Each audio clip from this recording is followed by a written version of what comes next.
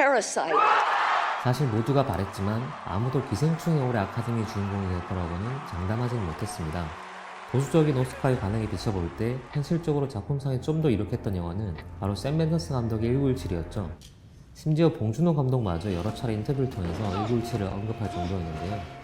1917은 잘 만든 영화입니다. 흡입력도 뛰어나고 관객이 전장 한복판에 떨어진 것처럼 생생하게 재현한 기술력이 놀랍죠. 그런데 눈에 띄는 요소들, 예를 들면 원신 원컷 같은 화제가 되는 요소들 때문에 시선을 뺏겨버리고 주목이 거기에 몰려서 저평가받은 측면이 있다고 봅니다. 그래서 이번 시간에는 그 영화의 두터운 층위들을 한 겹씩 벗겨볼까 합니다.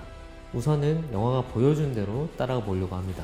보이는 것들을 그냥 그대로 짚어보면서 전반적인 감상을 얘기해보고 그런 다음에 몇 가지 질문을 중심으로 장면의 의미들을 재해석해 보겠습니다.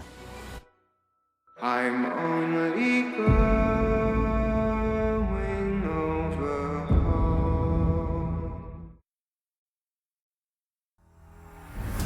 스토리 라인은 비교적 심플합니다. 한 병사가 A에서 B로 이동하는 얘기죠. 거기에 왜 이동해야 하는지는 목적을 부여하고 이동 과정에서 어떤 일이 일어나는지 사건을 보태면 이야기가 완성됩니다. 배경은 1917년 세계 1차 대전이 한창이던 시기입니다. 서부 전선에 배치된 영국군 병사 스코필드와 블레이크에게 한 가지 미션이 전달됩니다.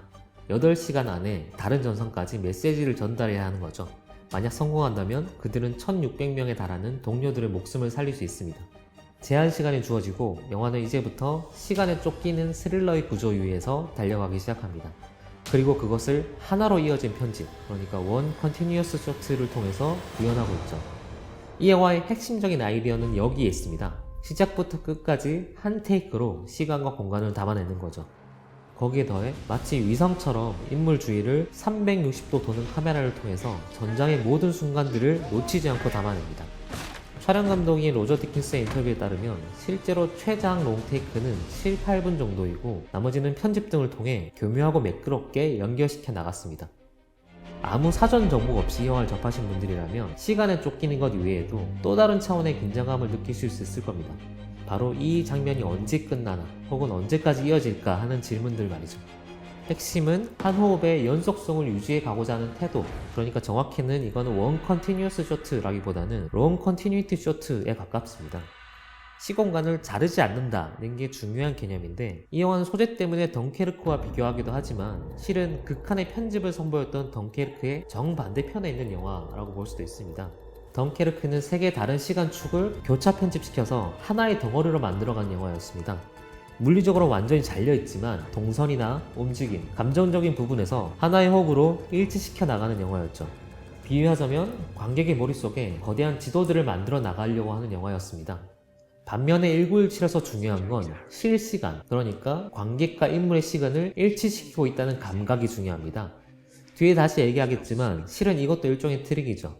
어쨌건 여기서 강조하고 싶은 건 영화의 의도와 방향입니다. 여러 장치와 트릭을 통해서라도 시간과 공간을 동시적으로 연결시키고 싶다는 것. 그게 이 영화의 핵심입니다. 우리는 여기서 첫 번째 질문을 발견할 수 있습니다. 이 영화는 왜 원테이크를 추구했는가? 샘 맨더스 감독은 이 영화의 목적을 뒤돌아보지 않고 인물들을 달려가게 하고 싶었다라고 말합니다. 중요한 건 뒤돌아보지 못하게 완전히 밀착해서 따라간다는 겁니다. 감독은 이렇게 말하기도 했죠. 뱀처럼 이어진 리본의 형태로 앞으로 나아가는 방식이라고. 인물의 시점에서 한 번도 눈을 떼지 않는 영화는 관객들로 하여금 완벽히 몰입할 수 있도록 여러 장치들을 만들어둡니다. 로저 디킨스의 표현을 빌리면 빠져나갈 구멍 없이 완벽하게 잡아 끌고 가는 거죠. 대표적인 요소가 360도로 회전하는 카메라입니다. 1917은 제한된 시점으로 인물의 뒤통수를 따라가는 영화가 아닙니다. 카메라가 인물 주위를 돌면서 전장 주변에 펼쳐진 모든 풍경들까지 샅샅이 잡아주죠. 이를 통해서 관객은 전장 한복판에 던져진 것 같은 리얼리티를 느낄 수 있습니다. 사실 360도 카메라 기법 자체가 되게 독특한 건 아니죠. 그런데 롱 컨티뉴이티 쇼트 안에서 360도로 도는 카메라를 한 번도 멈추지 않고 계속 유지해 나간다는 건 완전히 다른 차원의 문제입니다. 이건 정말 어려운 거죠. 입체적인 촬영 동선이 필요하기 때문인데 이 영화에서는 카메라가 종종 물리적인 법칙도 무시하고 마치 벽을 통과하는 것처럼 보이기도 합니다. 촬영 현장의 컷들을 보면 몇 가지 기법들을 짐작할 수 있는데, 현장 곳곳에 거대한 구조물을 설치하고 카메라에 와이어를 달아서 무선으로 조정하면서 카메라를 인물 곁에 밀착시키고 있습니다. 또 한 가지, 컨티뉴이티를 계속 유지하기 어려운 이유 중에 하나가 사실 조명 때문입니다. 이 영화의 전반부는 자연광을 그대로 찍었고 어떤 조명도 따로 사용하지 않았습니다. 장면의 지속성을 위해서 구름 끼는 환경에서 촬영한 부분이 있고 그걸 그대로 이어간 거죠. 간혹 해가 나오면 전부 촬영을 멈추고 다시 구름이 낄 때까지 기다렸다고 합니다. 꽤 많은 평자들이 이 영화를 체험의 영화라고 부른 이유가 여기에 있습니다. 그만큼 생생하고 사실적이란 말이겠죠. 전체적인 구조를 훑었으니까 이제 인물에 대해서 한번 살펴보겠습니다. 영화의 구성은 처음에는 두 사람이 같이 출발하다가 한 사람이 중도 탈락하고 한 사람이 이어받아서 끝까지 가는 얘기입니다. 스코필드 같은 경우는 이미 전장을 한번 겪은 바 있는 인물처럼 나옵니다. 그는 섬전투라는 큰 전투를 겪었고 거기서 살아남아서 훈장을 받은 상태이죠. 하지만 훈장을 아주 대수롭지 않게 여기고 있는데, 왜냐면 이미 전장의 허무함이나 공포 등을 잘 알고 있기 때문입니다. 이런 전사가 있는 인물이기 때문에 초반에 동료를 구하러 가야 된다는 임무를 받았을 때 왜 내가? 라고 하면서 굉장히 회의적인 반응을 보이게 되죠. Must be something big if the general's here. 반면에 블레이크 같은 경우는 아직 전쟁을 경험해 본 적이 없는 것처럼 보이고 좀 더 자유분방하고 태생적으로 순진무구한 사람처럼 나옵니다. 떠들기를 좋아하고 서민적인 면모가 많이 드러나고 있죠. 이런 블레이크가 이 위험한 임무를 받아서 전장 한복판으로 돌진하게 되는 계기는 매우 개인적입니다. 자신의 형이 구해야 되는 부대원 중에 한 명이기 때문에 형을 구하겠다라는 마음으로 출발하게 되는 거죠.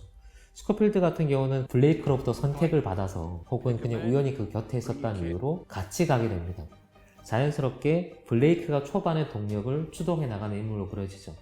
하지만 중간에 블레이크가 탈락을 하면서 이제 스코필드가 그 임무를 이어받아야 되는데, 스코필드가 이 후반의 여정을 이어받는다는 것 행위 자체가 이 영화의 메시지를 드러내고 있는 부분이기도 합니다.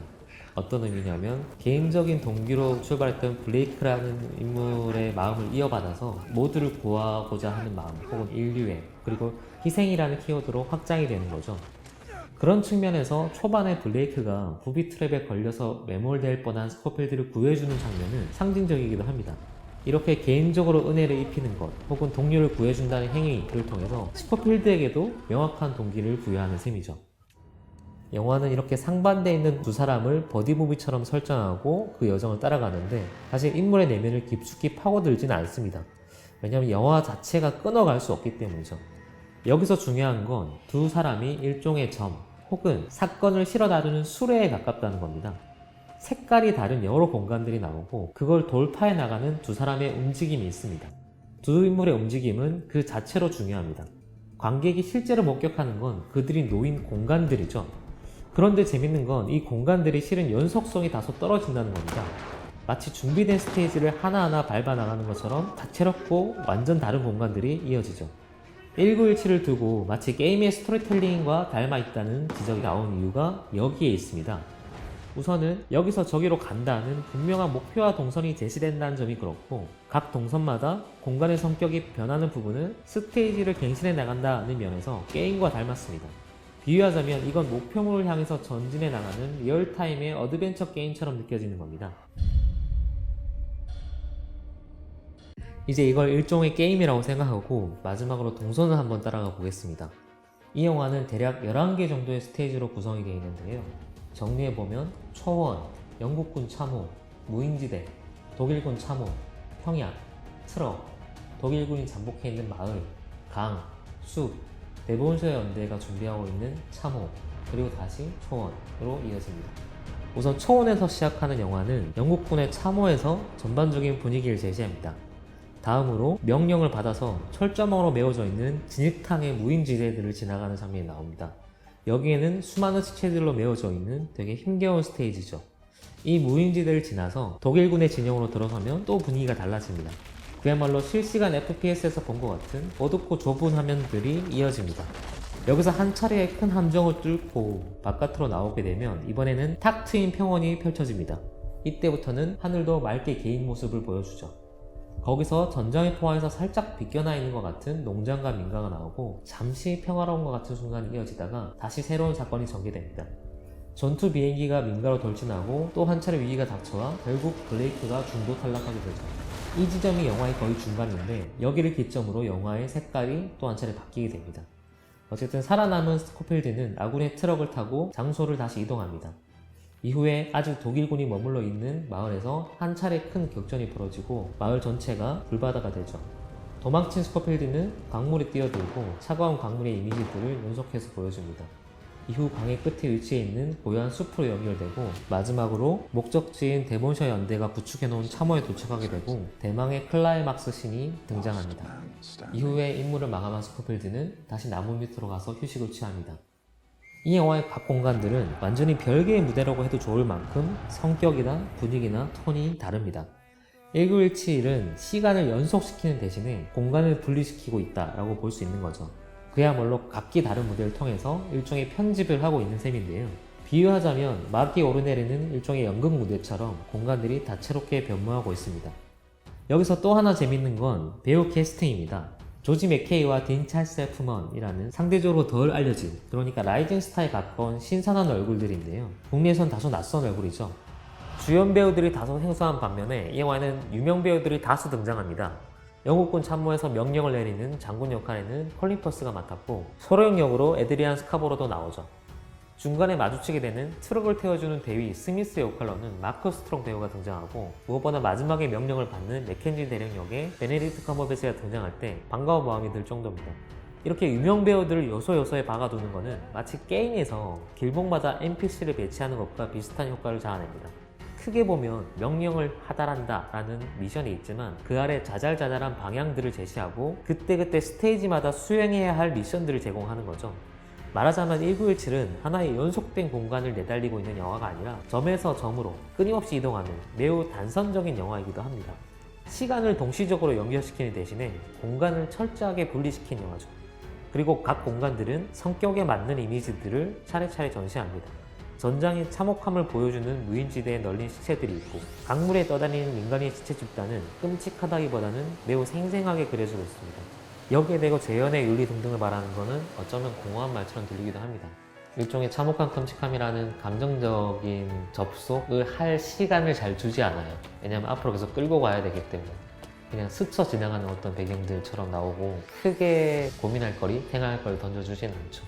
바로 그 점이 1917에 대해서 아쉬움을 지적하는 근거입니다. 인상적인 이미지들을 보여주기 위해서 존재하는 시퀀스를 중심으로 구성되어 있으며 결국은 볼거리를 위해서 플롯과 캐릭터를 희생시켰다라는 지적을 피해가기 어려운 거죠. 자, 이제 본격적으로 질문을 이어보겠습니다. 1917은 정말 체험의 영화일까요? 체험의 영화, 게임 같은 영화라는 평가는 이 영화의 기술적인 성취를 전제로 하고 있습니다. 한마디로 생생하다는 건데 기술에 대한 상차는 다른 요소들을 지워버리기도 합니다. 달리 말하면 기술적으로는 뛰어난데 알맹이는 별거 없다라는 폄하의 의미이기도 하죠. 진짜 그럴까요? 1917은 사실 놀라운 영화입니다. 실제로 물리적으로 관객을 놀라게 합니다. 몇몇 장면은 근래 봤던 영화들 중에 제일 놀랐던 것 같습니다. 이 영화의 기술적인 완성도를 논할 때 쇼크와 서스펜스를 빼놓을 수 없는데요. 이 영화의 서스펜스는 대략 두 개의 층으로 분리가 됩니다. 하나는 인물들의 동선에 대한 궁금증, 그러니까 다음에 뭐가 나올지 궁금해지는 겁니다. 사실 이건 일반적인 모든 영화들이 가지고 있는 요소긴 하죠. 다른 하나는 카메라에 대한 궁금증, 그러니까 이게 어디까지 이어져 있고 어디서 트릭을 쓰고 있나를 발견하고 싶은 관객과의 게임 속에서 뜻밖의 긴장감들이 생긴다는 겁니다. 이건 사실 꽤 재밌는 요소이긴 합니다. 전반적으로는 몰입과 체험을 중요한 코드로 꼽고 있는 영화인데 실제로는 관객들이 볼 때 상당한 분리가 일어난다는 겁니다. 대개의 롱테이크나 원테이크 같은 형식은 물리적으로 시공간을 연결시켜서 진실을 있는 그대로 전달하고자 하는 시도입니다. 시간을 자르지 않고 상황을 다 보여준다는 거죠. 하지만 1917에서 시도하는 원테이크는 다소 차이가 있습니다. 이건 리얼리티에 봉사하는 롱테이크이고 관객은 끊임없이 회전하는 카메라들을 통해서 엄청난 양의 정보들을 받아들여야 합니다. 그 과정에서 은연중에 실제와는 다르다라는 걸 자각하게 되는 거죠. 오히려 역설적으로 거리를 두게 된다는 겁니다. 이 영화에서 전달하는 생생함은 말 그대로 재현되어 있는 차원의 생생함입니다. 사실이 아니라 사실 같은 재현이라는 거죠. 그걸 원 컨티뉴이티로 360도 회전하는 카메라를 통해서 거꾸로 인지하게 됩니다. 다시 말해서 이 놀라운 재현은 관객이 전장 한복판에 있는 게 아니라 전장이라는 이름을 달고 있는 테마파크, 거기는 롤러코스터에 타고 있는 롤러코스터 같은 순간들을 충분히 즐길 수 있도록 거꾸로 거리를 벌려주고 있다는 겁니다. 간단히 정리하면 실제가 있고 그것을 재현한 이야기의 세계가 있고 그걸 구경하고 있는 관객의 자리가 있습니다. 1917이 재현하는 체험이라는 건 실제 전장의 체험이 아니라 안전한 테마파크로서의 체험이라는 거죠. 물리적인 장벽을 뚫어버린 인간의 손을 벗어난 어떤 장소, 어떤 순간에도 인물을 놓치지 않고 공간을 휘젓고 다니는 비인간적인, 비현실적인 카메라가 우리를 그 장소로 안내하고 있는 거죠. 이제 처음 던졌던 질문으로 다시 돌아가겠습니다. 샘 맨더스는, 로저 디킨스는 왜 원 컨티니어스 쇼트를 고집한 걸까요? 목격하면서도 믿기 힘든 시각적인 체험을 제공하는 1917, 이 영화의 진짜 주인공은 사실 인물이나 이야기라기보다는 카메라 그 자체입니다. 카메라가 보여주는 꼼꼼함과 장면의 완성도는 로저 디킨스의 잘 찍은 롱테이크 그 자체가 이 영화의 목적인 것처럼 보일 정도입니다. 주제나 서사 측면에서 다소 소홀했다는 지적이나 미션을 수행해 나가는 게임처럼 느껴진다는 평가는 인물보다 드라마보다 앞자리에 카메라를 배치시키고 있기 때문입니다. 요컨대 서사와 이야기를 위한 카메라가 아니라 카메라를 위한 서사인 겁니다. 왜 이렇게 찍어야 하냐라고 질문을 다시 한다면 그렇게 할 수 있으니까 라고 대답하고 싶습니다. 1917은 원 컨티니어스 쇼트라는 형식이 먼저 결정되고 그에 맞춰서 서사가 따라온 영화입니다. 인물들은 그리고 영화는 카메라가 끊어지면 죽을 것처럼 꾸역꾸역 상황을 이어갑니다. 반대로 얘기하면 죽어야 끊어지는 걸 수도 있겠네요. 영화 중간 1시간쯤에 스코필드가 기절한 뒤에 불쑥 출연하는 암전 쇼트처럼 말이죠. 1917에서 상황은 꼬리에 꼬리를 물고 이어집니다. 거의 우연의 연속이 아닐까 싶을 만큼 자기적인 순간들도 있는데 뒤를 돌아보지 않고 몰아붙이는 속도감에 쫓겨서 잘 드러나진 않죠. 예를 들면 블레이크가 칼에 찔려서 사망한 뒤에 기다렸다는 듯이 등장하는 영국군, 그리고 스미스 대령은 롱테이크를 유지하기 위해서 배치되어 있는 장치처럼 느껴질 정도입니다. 블레이크가 급격한 출혈로 죽어가는 과정도 마치 빨리 감기를 한 것처럼 빠른 속도로 얼굴의 혈색이 사라지죠. 이 영화의 트릭과 환상을 눈치챌 수 있는 노골적인 지점이 바로 여기입니다. 사실 이거는 실시간, 그러니까 시간의 동시적인 연결이 아닙니다. 그럴 수가 없죠, 사실. 동이 트기 전 8시간 안에 벌어지는 이야기를 2시간 안에 담아내야 되니까요. 중간에 기절하고 암전하는 쇼트를 넣은 중요한 이유도 바로 여기 있습니다. 원테이크를 유지할 수 없기 때문에 끄는 게 아니라 리얼타임이라는 환상을 유지시키기 위해서는 물리적으로 시간을 점프할 필요가 있으니까 한번 끊어가는 겁니다. 그리고 영화는 이 장면 이후로 분위기가 완전히 달라집니다. 블레이크와 스코필드의 버디무비처럼 전개되던 전반이 실시간으로 전장을 누비는 리얼리티 필름 흉내를 내고 있다면 스코필드 혼자서 적진을 돌파해나가는 후반부는 환상적인 장면들과 극적인 분위기를 과감하게 사용합니다. 불타고 있는 마을, 시리도록 차가워 보이는 강물, 폭포, 흩날리는 꽃잎, 환상 속에서 울려 퍼지는 것 같은 숲속에서의 노래 장면들이 모두 그렇습니다. 마치 지옥에서 천국까지 오가는 단테의 신곡처럼 환상적이고 비현실적인 순간들이 계속 이어지는데 이때 인물의 고양된 감정에 호응하는 음악들이 보태지면서 그 결과 남는 거는 인물과의 감정적인 밀착이죠. 비현실적인 이미지가 계속 이어지는데도 감정적으로 받아들이도록 하고 있는 거죠. 이 영화는 지속되는 시간의 동시성을 전달하는 것처럼 연기를 하고 있지만 실은 그건 트릭이고 환상에 불과합니다. 사실 이 영화는 여러 방식으로 시간들을 압축하고 있거든요. 이 영화에서의 롱테이크는 진실의 순간을 잘라서 전달하거나 혹은 관객들의 해석을 요구하지 않습니다. 대신 리얼타임이라는 착각을 하도록 유도하고 있고 그 목적은 어디까지나 리얼리티에 구축해 있습니다. 그런 의미에서 보면 이 영화에서 전달하고 있는 리얼리티 혹은 체험은 게임적 리얼리티 체험에 가깝고 1차 세계대전을 배경으로 한 밀리터리 게임을 즐기고 있다는 인상을 남깁니다. 영화의 엔딩 장면에서 스코필드가 블레이크의 형을 찾아서 부상자들이 있는 막사를 돌아다니는 장면이 나옵니다. 스코필드가 침대를 빙 둘러가는 사이 카메라는 부상자들로 가득 찬 막사 중간을 관통해서 지나갑니다. 어쩌면 영화 내내 스코필드에게 밀착해 있었던 비현실적인 카메라가 거의 유일하게 스코필드에게서 잠시 떨어져서 홀로 어디론가 향해 가고 있는 장면이 나옵니다. 이때 카메라의 목적지는 어디인가? 저 멀리 보이는 꽃밭 위의 나무입니다. 저는 그 나무가 보이는 순간부터 왠지 불안해졌습니다. 이 영화가 바로 저기서 끝날 것임이 너무 분명해 보였기 때문입니다. 나무에서 눈 뜬 남자가 다시 나무에서 휴식을 취하는 이야기. 이 노골적인 수미상관의 형식은 이 영화를 하나의 동화처럼 포장해버립니다. 전장의 참혹함은 한여름밤의 꿈 같았던 찰나의 시간 안으로 마무리되는 거죠. 아마도 맥켄지 중령의 말처럼 전쟁은 계속 이어질 것이고 무의미한 희생은 반복될 겁니다. 1917은 그 모든 비극들을 귀향 혹은 멜랑콜리한 병사의 마음이라는 낭만적인 기억으로 바꿔버립니다. 영화를 보면서 두근거렸던 마음도 한여름밤의 꿈처럼 날아가 버리겠죠. 굳이 이야기하자면 저는 극장을 나선 뒤에도 질척거리면서 달라붙어 있는 영화들을 좀 더 보고 싶습니다. 그래서 이렇게 나를 두근거리게 한 잘 만든 영화 1917이 더 아쉬운 거겠죠. 오늘 다뤄본 영화 1917이었습니다.